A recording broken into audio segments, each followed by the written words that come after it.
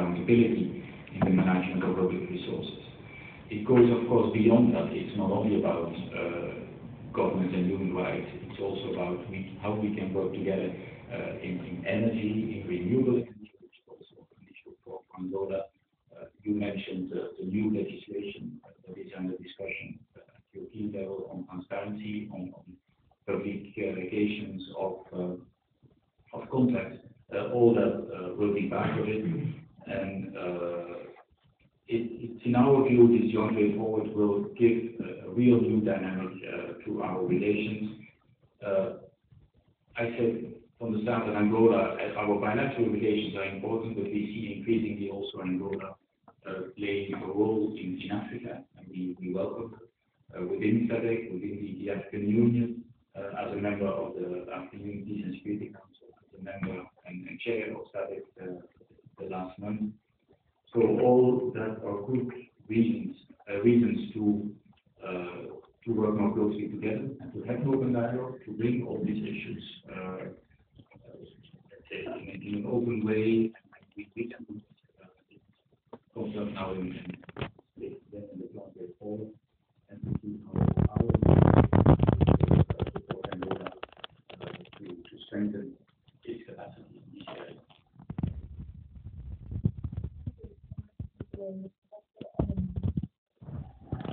I will open immediately the floor to anyone who would like to ask questions and comments, but I have my own questions.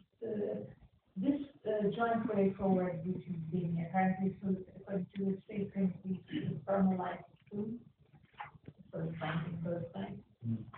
Does it involve, are you involving civil society in the consultation to use that joint way forward? Can you tell us about the NGO law before? We heard in preparation, and that was not from the word NGO law that we see in the continent.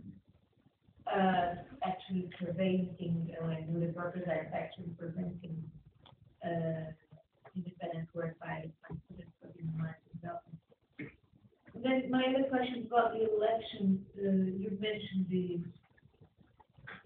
about the elections. There's some interaction with the EU.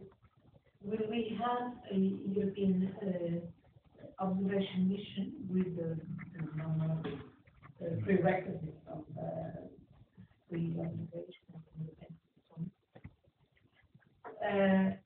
And now I open the floor to other questions or comments, and then our panelists will answer.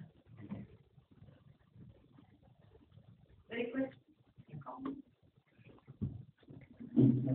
My name is Miguel. I'm the assistant mechanism, and I just wanted to ask something because we're all a bit curious about the whole human rights, EU human rights strategy, and with regards to the EU human rights country strategy papers. In this case, for instance, in the case of Angola, will these documents be public?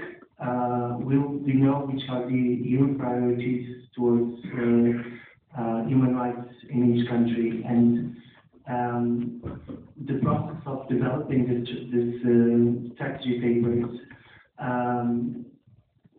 to what extent will it be agreed with at the highest level with the authorities, or to what extent will be a tripartite dialogue between EU authorities and civil society and other actors? I think it's relevant also because the aid disbursement to Angola, this budget that I mentioned for development cooperation, I think comes from the EDF, as you mentioned, and the EDF has no possibility whatsoever not to back funds in the EU from the EU outrageously, but you know that it's also because our member states don't allow it to be. Not that the Parliament doesn't want it, but it's our member states who don't allow it, because every time there is indeed a talk of budgetizing the European Development Fund, there's also the threat that the contributions will drastically reduce. So it's a fund that is there to be opaque. Parliament needs to do more about that. So that's why the question posed by Miguel is even more important, I would say.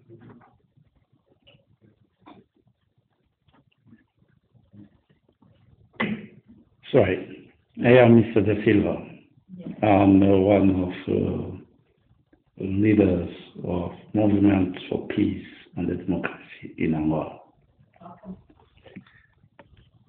Thank you for invitation, and I will also to take everybody who uses this opportunity to invite everybody. I will talk about elections and about the killing of 3 ex-militares on the 27th May. First, I will talk about elections. I will ask Mr. Kern, how do you think, or how do you find the elections or the preparation of the elections in Angola? Because we have right now the problem of transparency,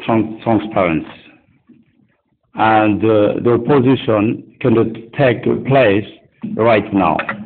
We have a lot of difficult in the opposition. And how the international community find the elections in Angola for this year? The first question. Second question, I will talk about 3 ex-militaries kidnapped and killed on the 27th May. And right now, no international community reactions and no national reactions, because the people, they are fear about the system. Nobody can take initiative, or nobody can talk about this. And how do you find it as international community? Thank you.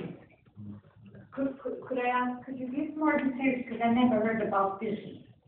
So is this being made public by anyone, or are their names disclosed and the circumstances? About the kidnapping, yes, and the killing.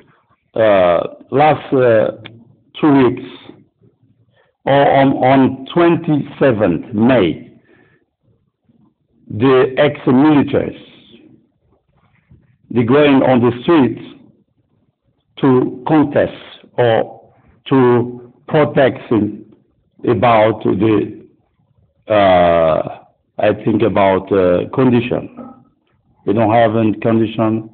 They have every ads, and they asking the government for one free and pacific manifestation on the 27th May. In Rwanda? In Rwanda.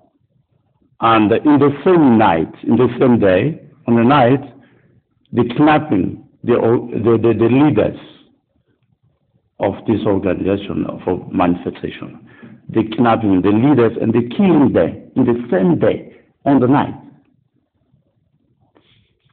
27th May. And right now, no reactions, no international reactions. It would be useful if that we would have the names of these people, so that we would be able to find out. I'm sorry, I never had heard about that. We see some information from some. Okay, I have every details, and maybe because they called me 30 minutes ago, and I couldn't have the time to get everything about with me, because I have every details, the name and everything. Thank you.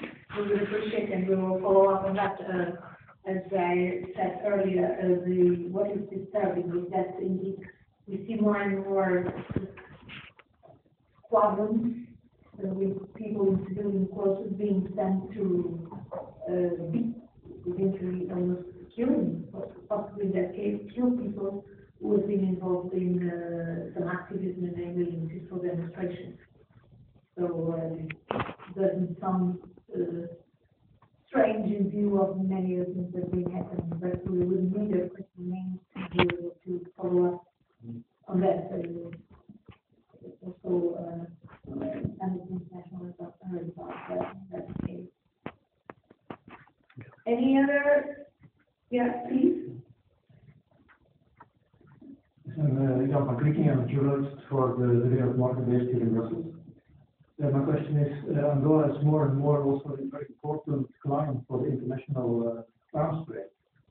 My question is, in the new joint way forward between the European Union and Angola, is there also something about arms supply to Angola and other security stuff that could be used by the Angolan authorities for the repression of peaceful demonstration?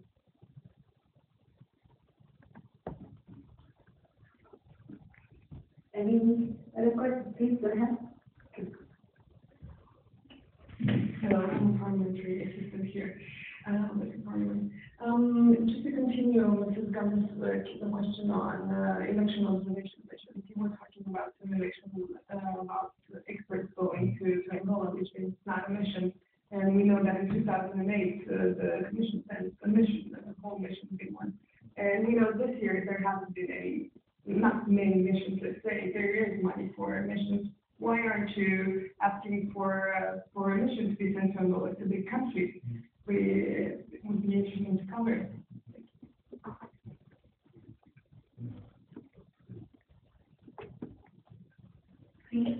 I'm the UNICEF representative in Angola. And thanks a lot for the good description of the situation in Angola. But I think it is, as you said, a country in transition, post-conflict, with huge challenge in rebuilding not only their infrastructure, but basically the country only started the post-colonial development in 2002, because before that there was a war. So the challenges are huge, and they have a lot on the plate. So while recognizing that there are human rights abuses, and we are particularly concerned about what is the children in the context of the expulsions and the evictions and human trade to a certain extent on the margin. We do have to recognize that overall there's been a lot of progress as well, particularly in access to basic social services, as well as ratification and respect of international law, and this in the openness of the government to work further on this instead.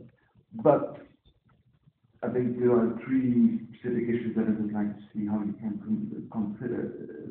One is that international cooperation, the total budget for international cooperation in Angola is $380 million per year, and that corresponds to less than 1% of the government budget.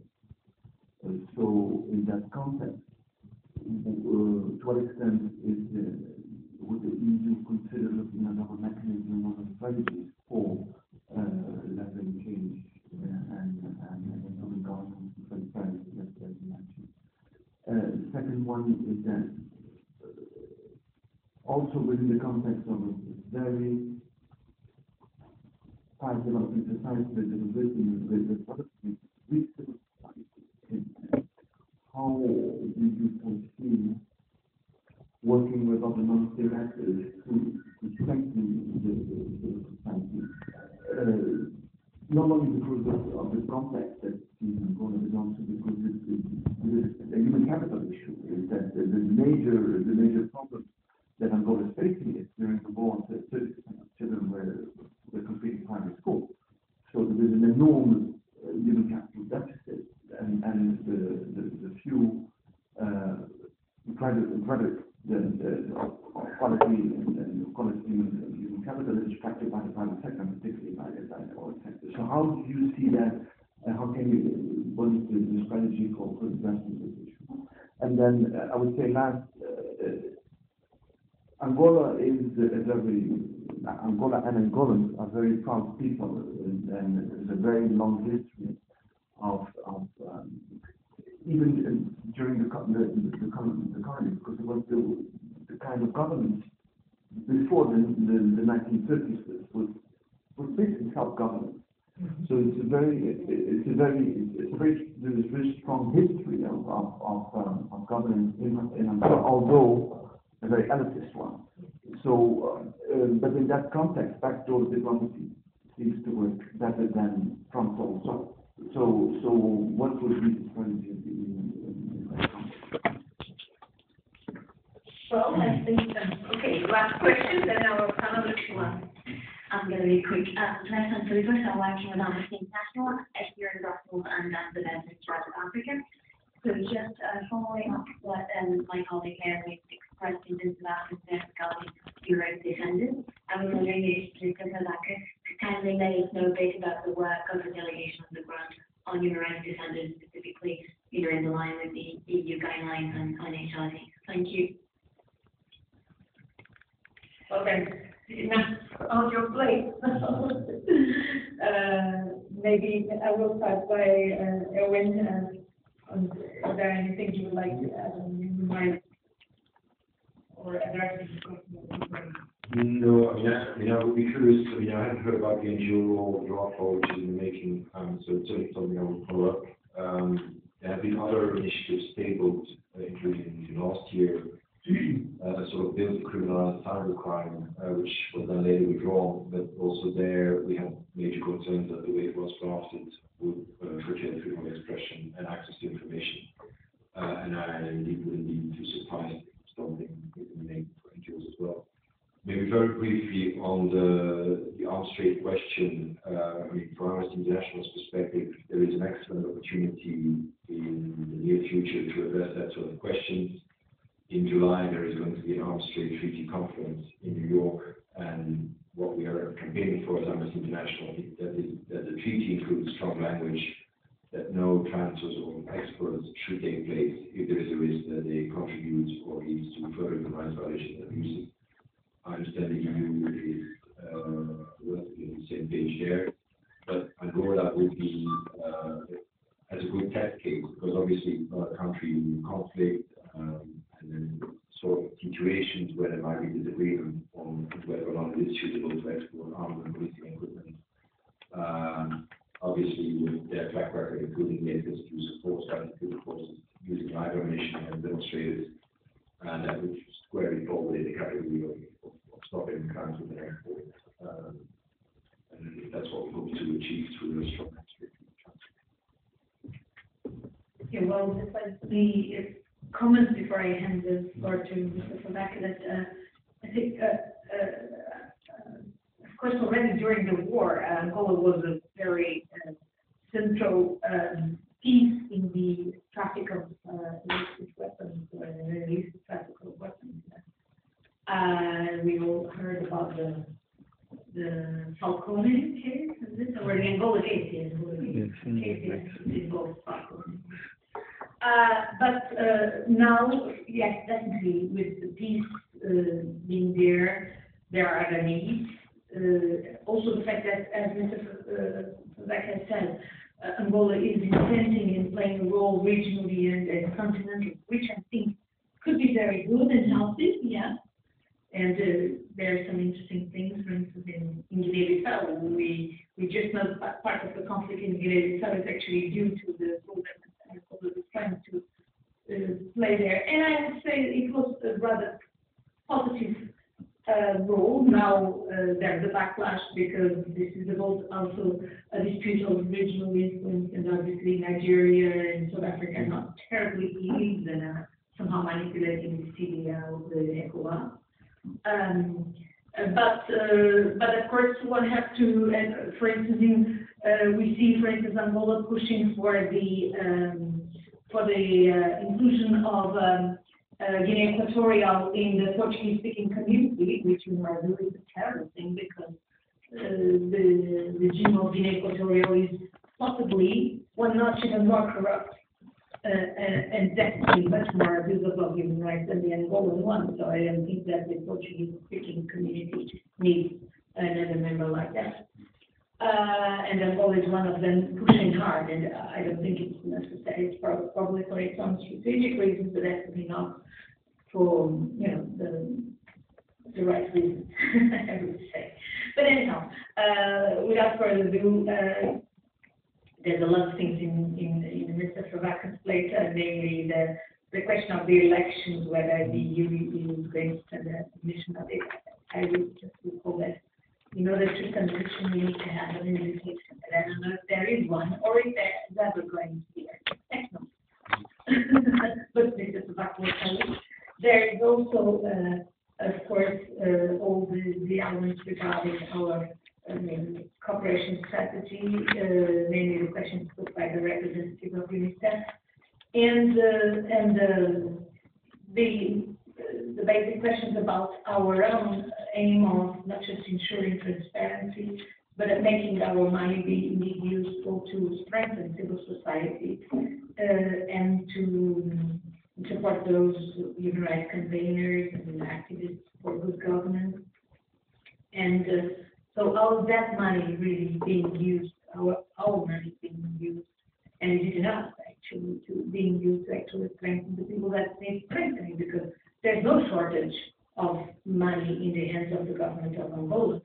It's not about, it's actually how do we use our own development cooperation in a strategic way to actually foster good governance, development, and human rights in Angola. This is the fact. Easy question. Thank you. It could be chat and help if you prefer. No, I think we have a good level of dialogue and transparency with the Angolan authorities. So I will not say much different here than what we say in Luanda, and I think that's already an important statement.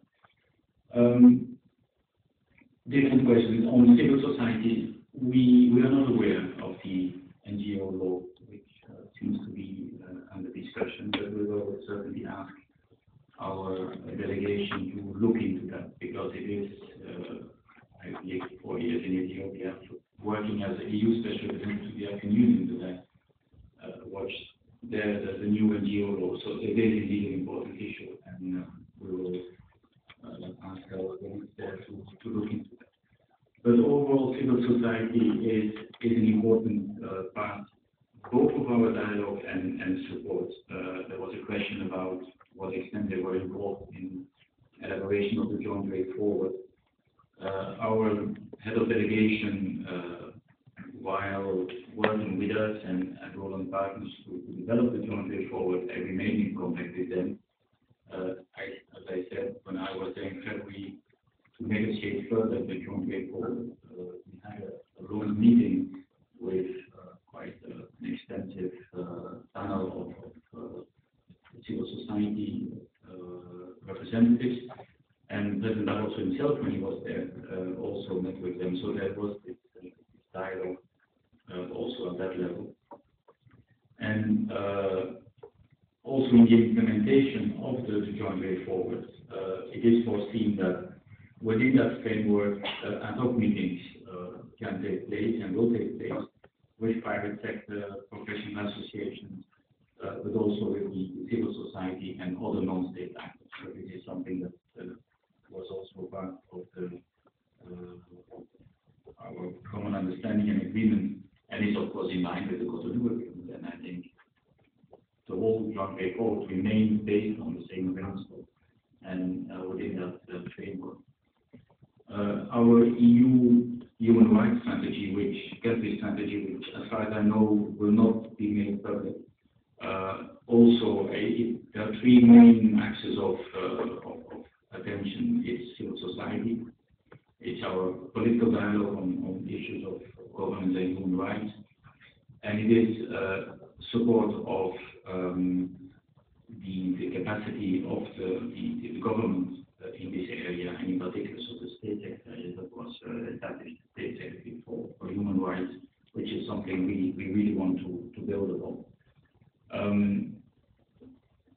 within EDF, there's support that goes directly to civil society. I don't take your word on accountability. It is something I think that not for Parliament, but there's a heavy accountability internally, and certainly also with the Court of Auditors. So all that money is well spent. But I take your point for political accountability. On the elections, we didn't receive an invitation for a full-fledged electoral observation mission. But in the last months, when we were also discussing and deepening our dialogue in the framework of the joint way forward, it's something that emerged, and in the end, it was too late to have a full-fledged electoral observation mission, also because of the demand. And the only way to work in a certain way together on the election was the expert mission. This expert mission will take place in the following week, in July, I think. We're looking into the legal and the political context of the elections, but also the more technical electoral context. So it will really give a good overview of where we stand in the area of preparation of the elections. So I would not like to go into too much detail on your question today, because I think I will want to reserve a more profound assessment for when we will have the findings of this mission. And as the chair and Amnesty International, we were not aware of the incident you mentioned on the 27th of May. So again, once we have that, we can ask our delegation to look into that. On the arms trade, I don't think, I'm quite sure it's not mentioned in the joint way forward, arms trade question, but the arms trade treaty itself is an issue overall, but maybe something that is related